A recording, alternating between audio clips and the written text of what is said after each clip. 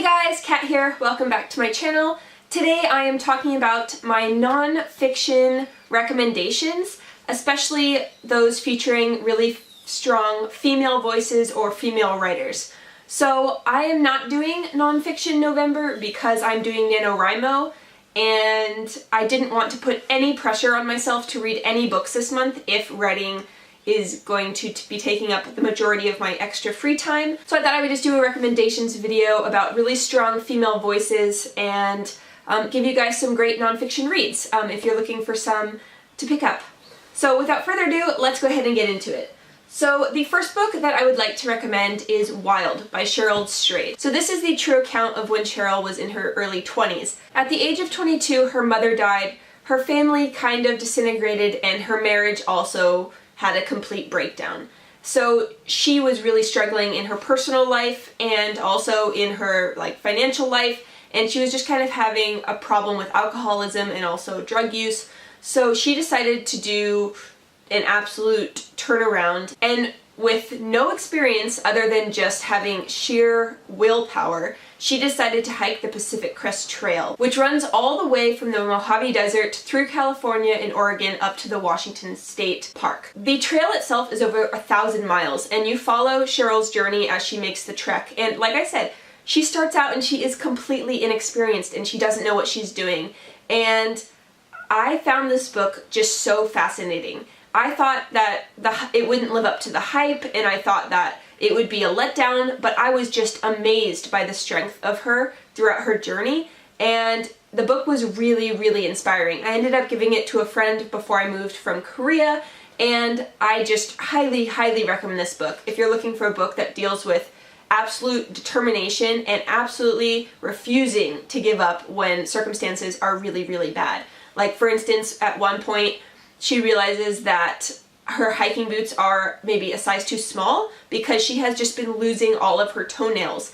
And she didn't realize that wasn't something that just happened on the trail when other hikers are like, that's not normal. She had just been bearing it and moving forward and pushing through the pain to try and make herself like a better person, try to complete something against all odds. And I just found the book so much of a motivator and a if she can do it, you can do it. If she got through her hardest point, you can get through your hardest point kind of book. So if you're looking for a great book that's really motivating, I really, really recommend Wild. It is so good. So the next book I'm going to recommend is HS4 Hawk by Helen Macdonald. I've talked about this book quite a fair amount because it just blew me away. It also deals with a family member passing. Helen's father dies, and to help her cope with the bereavement process, she decides to train goshawk.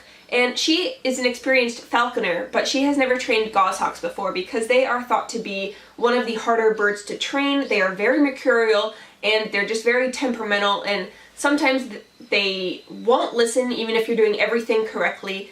And she decides to take on this challenge of training a female goshawk she names Mabel. The book is really interesting. It swings from her relationship with her father growing up to the English countryside, snapshots of the spring and the fall and the changing seasons, to her own way of dealing with the grief, her falling apart at home and her falling apart at work, and how Mabel becomes the center of her world and she focuses all of her attention on just caring for this one being.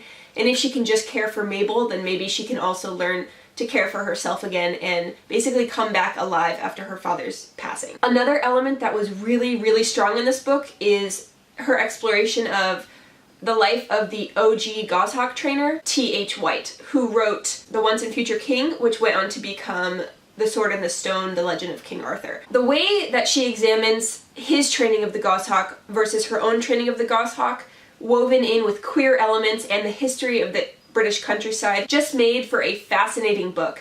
And if you're looking for a book that is kind of dealing with heavier topics but in a really tender way, I think this book does a great job of giving a lot of catharsis to the feelings of grief and the feelings of bereavement, and the way that kind of losing someone just tears us apart and you have to kind of build again. So if you're looking for a book about a woman who loses something very precious to her and has to rebuild and become stronger. I really recommend this book. It is a fabulous read. Along the lines of OG female voices, I just have to throw this book in here because I feel like a lot of people know about this book, but they haven't actually taken the time to read this book. And it is The Second Sex by Simone de Beauvoir. So I've had this book since college, and I have used it a lot in my writing for university courses. And in this book, Simone de Beauvoir talks about the female as a body and as a figure throughout history and how the male gaze has changed the way we view the female form. And a lot of elements in this book I think are really pertinent, especially today.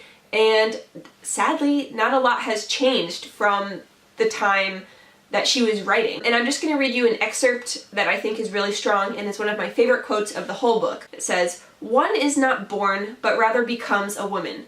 No biological, physiological, or economic fate determines the figure that the female presents in society. It is civilization as a whole that produces this creature, indeterminate between male and eunuch, which is described as feminine.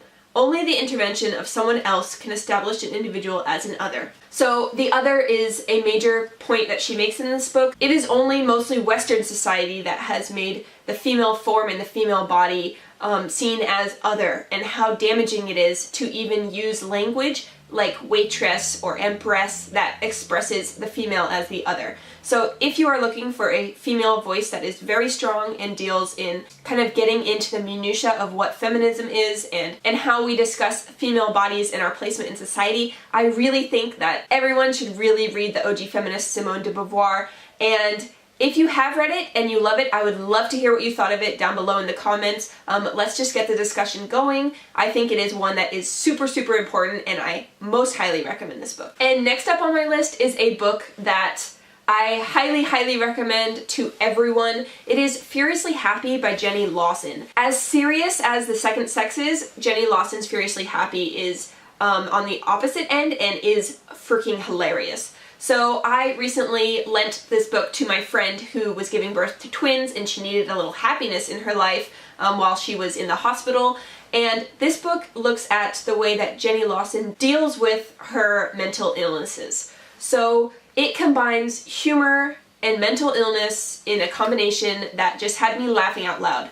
I want to say that this is possibly the funniest book I have ever read. I love this book, and I don't think the humor is for everyone. Some people find it funnier than others, but for me, the humor was just so on point. So she is a lover of taxidermy and renting animals and loving and annoying her husband and really speaking frankly about what it is to live with mental illness. Sometimes it is so crippling that she has to hide under her desk. Sometimes she's fine talking about it because it's something that if you talk about more, it kind of normalizes it and it gets the conversation going. But mostly she's just writing from a place where she kind of just has to write about it because it is so present in her life.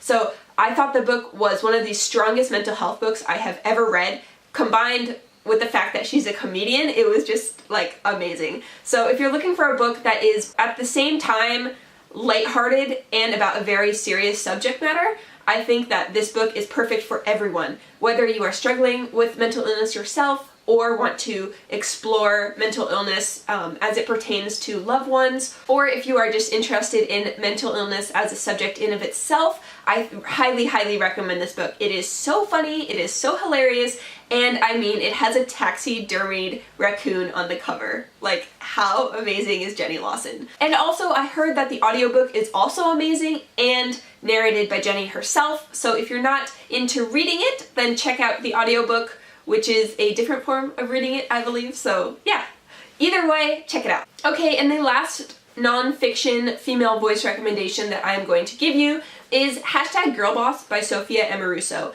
I am currently reading this book and I am just like in love with her. I think she is such a bold, strong woman who doesn't give any ducks. We follow Sophia Amoruso from her start as a dumpster diving anarchist to the CEO of a multi-million-dollar company, Nasty Gal. We follow her on her journey through a series of unfortunate jobs and dropping out of school and trying to figure out what is right for her.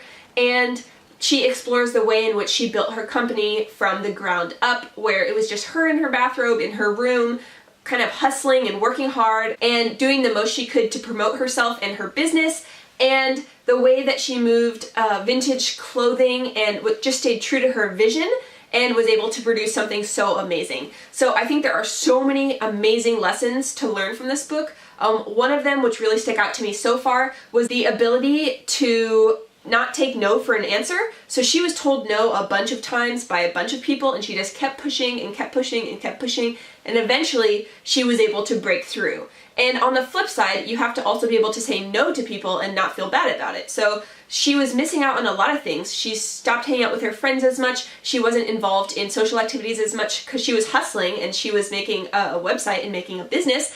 And from being able to say no and also not accept no for an answer, she was able to make $1 million company. So I'm not all the way through this book yet. I'd say I'm about a third of the way through, but I fully intend on doing a review on it because I think it is a really strong book and a really great motivating book, especially for younger people, not just women, who are trying to move forward in their life and find motivation and trying to find the place you fit in the world. So I think there are great messages, and I will be doing a review, so please look out for that in the future.